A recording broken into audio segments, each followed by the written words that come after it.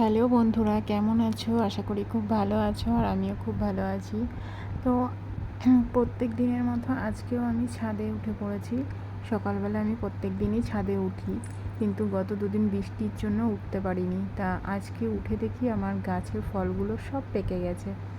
তো কি করব, নিচে গিয়ে একটা কাঁচি নিয়ে আসলাম, সেটাকে দিয়ে কাটবো ভাবলাম। তো দেখছি না, কাঁচি লাগছে না, হাত দিয়ে উঠে যাচ্ছে। ফল হয়েছে অনেকগুলোই, তো এখন আপাতত তোলার মতো 4টে হয়েছে। তা এই 4টে আমি তুলবো এখন। আগে এসেছিলাম অনেক দিনে, মানে বৃষ্টি হওয়ার আগে, তখন দেখলাম যে না, কাঁচা আছে, এই দুদিনেই পেকে গেছে।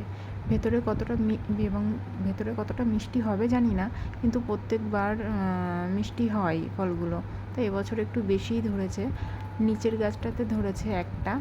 তা এটা আমার নিজের হাতে লাগানো। লকডাউনের মধ্যে আমি চারা কিনে এরকম বাড়িতে অনেক রকম গাছ লাগিয়েছিলাম।